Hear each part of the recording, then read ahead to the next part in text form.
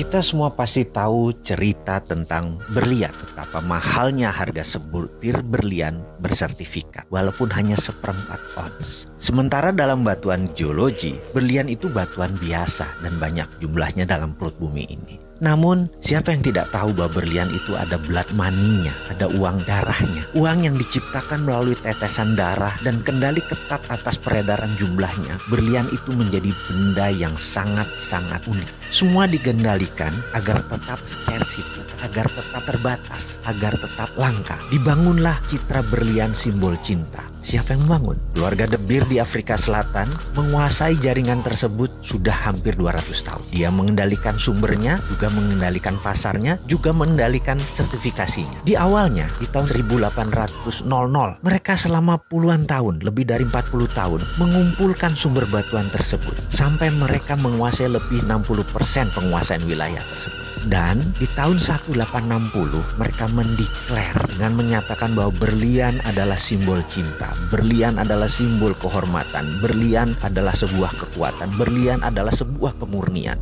Dan image tersebut membuat benda berwarna putih bening tersebut berharga ribuan dolar, walaupun dengan gramasi yang sangat kecil. Kalau Anda tahu itu batuan apa, tetapi kita tidak bisa apa-apa. Kita semua sudah menjadi budak atas pencitraan berlian tersebut. Kita hanya menjadi korban pengambil price taker. Kita tidak bisa menentukan harga berlian. Kita pasrah dengan harga berlian tersebut. Apakah ini kesepakatan bersama? Oh tidak. Ini adalah keterpaksaan yang diciptakan. Dan apa yang keluarga De Beer itu ciptakan dalam bahasa sederhana, dalam bahasa ekonominya adalah economic alchemy atau rumus kimia sukses. Citra berlian sampai saat ini sudah 160 tahun. Sudah banyak tertanam di bawah sadar kita bahwa berlian adalah batuan paling mulia dan paling mahal. Kita ambil contoh, kita sekarang punya batu aki, batu kecubung atau batu lainnya. Kita tidak akan pernah bisa mengalahkan citra berlian tersebut karena citra tersebut dikawal dengan ketat oleh keluarga tersebut. Sekali lagi, itu adalah yang namanya alkemi. Kita pun selaku pribadi harus menemukan alkemi diri kita. Kita harus menciptakan alkemi kita sendiri. Bahkan negara harus menciptakan alkeminya sendiri. Kalau enggak, kita tidak menjadi negara apapun. Kita menjadi negara victim. Seperti Amerika,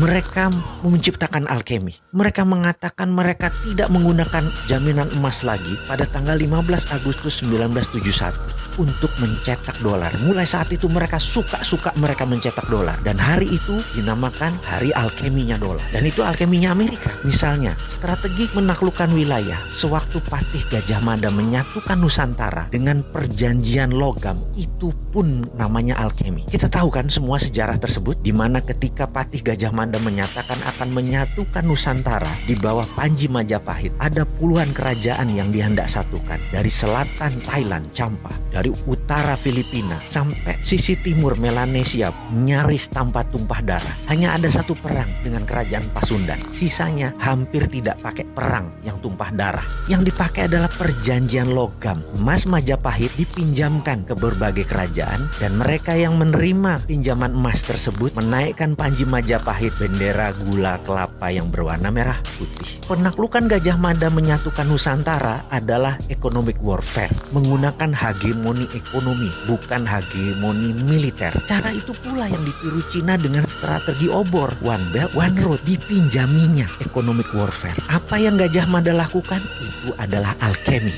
Alkemi itu sekarang diambil oleh Tiongkok. Dan lucunya, Indonesia malah bagian dari alkemi tersebut. Itu ilmu milik Nusantara. Bagaimana sih ini?